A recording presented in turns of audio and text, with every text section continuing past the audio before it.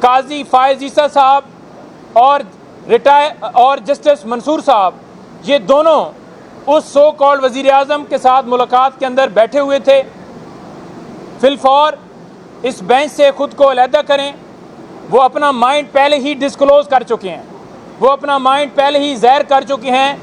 So called وزیر اعظم جو form 45 کے مطابق ہارا ہوا شخص ہے، اس کے ساتھ ملاقات کر کے۔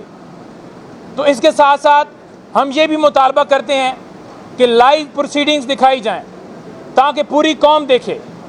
اور تیسرا مطالبہ ہم یہ کرتے ہیں کہ جن ایجنسی کے اہلکاروں نے دھمکیاں دی ہیں، جنہوں نے مداخلت کی ہے، ان تمام اہلکاروں کو عدالت میں بلایا جائے اور یہاں پر ان سے سوالات جوابات لیے جائیں، کیے جائیں، اور اس کے مطابق ان کے خلاف ایکشن لیتے ہوئے ان کے خلاف کارروائی ہو۔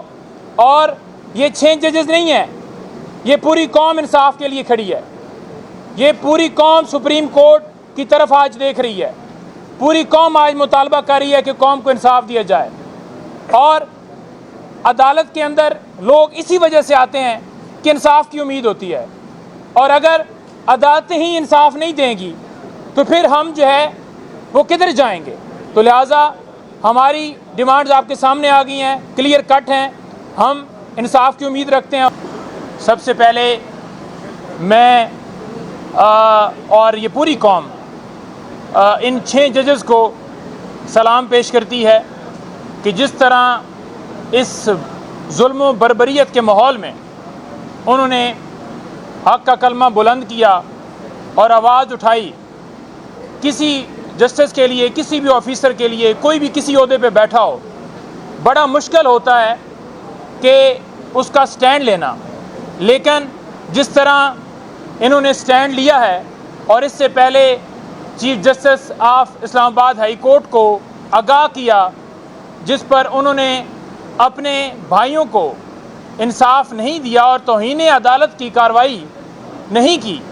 اگر آپ دوسری طرف دیکھیں تو جج زیبا چودھری کیس آپ کے سامنے ہوگا کہ جب خان صاحب نے صرف یہ کہا تھا کہ ہم کارروائی کریں گے، تو اس کے اوپر اس وقت کے چیف جسٹس اطہر من اللہ صاحب نے فوراً ہی سو موٹو لیتے ہوئے اس کے اوپر بینچ بنا کر توہین عدالت کی کارروائی کا آغاز کر دیا تھا۔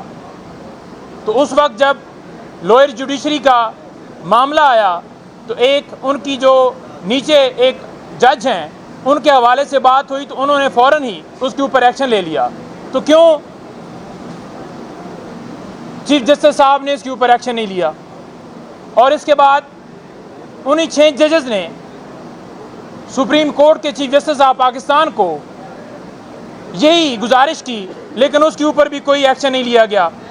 اور یہی بات ہم دیکھ رہے ہیں کہ اوورآل آج تک پاکستان تحریک انصاف ہو، عمران خان صاحب کے کیسز ہوں، اسی طرح سے عدالتوں کو مجبور کیا جاتا رہا، اور اس لیٹر نے عمران خان اور ہم جو ہمیشہ کہتے تھے کس طرح سے کیسز بنائے گئے ہیں اس کے اوپر مہر ثبت کر دی ہے۔ 300 وکلاء کے خطوط نے اور جسٹس ریٹائر تصدق گیلانی کے بیٹے وہ بھی اس میں شامل ہیں جنہوں نے یہی کہا کہ سو موٹو لیا جائے۔ تو ہم یہ گزارش کر رہے ہیں کہ جب 6 ججز نے لیٹر لکھ دیا تھا تو اس وقت کیوں اس سو کالڈ وزیر اعظم کو بلا کر اس کے ساتھ مشاورت کر کے پھر اسے یہ کہہ دیا گیا تھا کہ عدلیہ آپ کے سامنے بچھائی جاتی ہے؟ ریاست کے عدلیہ اور انتظامیہ 2 الگ الگ ستون ہیں۔ تو آپ نے دیکھا کہ عدلیہ کو انتظامیہ کے نیچے لٹایا گیا۔ کس نے لٹایا؟ کیوں لٹایا؟ اور جب جسٹس ریٹائر تصدق گیلانی نے اس کمیشن سے انکار کر دیا تو پھر سو موٹو لیتے ہوئے بینچ کنسٹیٹیوٹ کیا، پک اینڈ چوز کیا۔ ہم یہ مطالبہ کرتے ہیں، ایک تو فل کورٹ ہونی چاہیے، اور دوسرے نمبر پر آج آپ دیکھ رہے ہیں کہ جس طریقے سے سپریم کورٹ آف پاکستان نے سو موٹو لیا ہے، یہ نظام 75 سالہ نظام، یہ زنگ آلود نظام، یہ بوسیدہ نظام اب بالکل ایکسپوز ہو چکا ہے، اور اس نظام کو گرنے کی انتظار کرو۔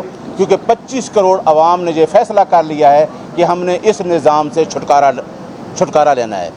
ہمارا یہ ایک سوال ہے کہ چیف جسٹس آف پاکستان نے جو سوو موٹو لیا ہے، اس سے پہلے ایک کمیشن بنایا گیا جناب تصدق جیلانی کی سربراہی میں۔ اس کمیشن میں چیف جسٹس آف پاکستان اور جسٹس منصور علی شاہ صاحب کا فیصلہ ہے۔ اب دیکھنا پڑے گا آئینی اور قانونی طور پر کیا چیف جسٹس آف پاکستان اور جسٹس منصور علی شاہ صاحب جنہوں نے ایگزیکٹو کو ہیڈ بنا دیا تھا، کیا وہ اس لارجر بینچ کا حصہ بن سکتے ہیں؟ دوسرا ہمارا مطالبہ یہ ہے کہ فل کورٹ اس پہ بنایا جائے، فل کورٹ ہی اس آئین کی بالادستی اور قانون کی حکمرانی جس کو 25 کروڑ عوام دیکھ رہے ہیں، اس کو فل کورٹ کو دیکھنا چاہیے کہ آیا جو 6 ججز کا خط ہے، کیا یہ آئین کی بالادستی اور قانون کی حکمرانی پہ بہت بڑا کوشچن ہے۔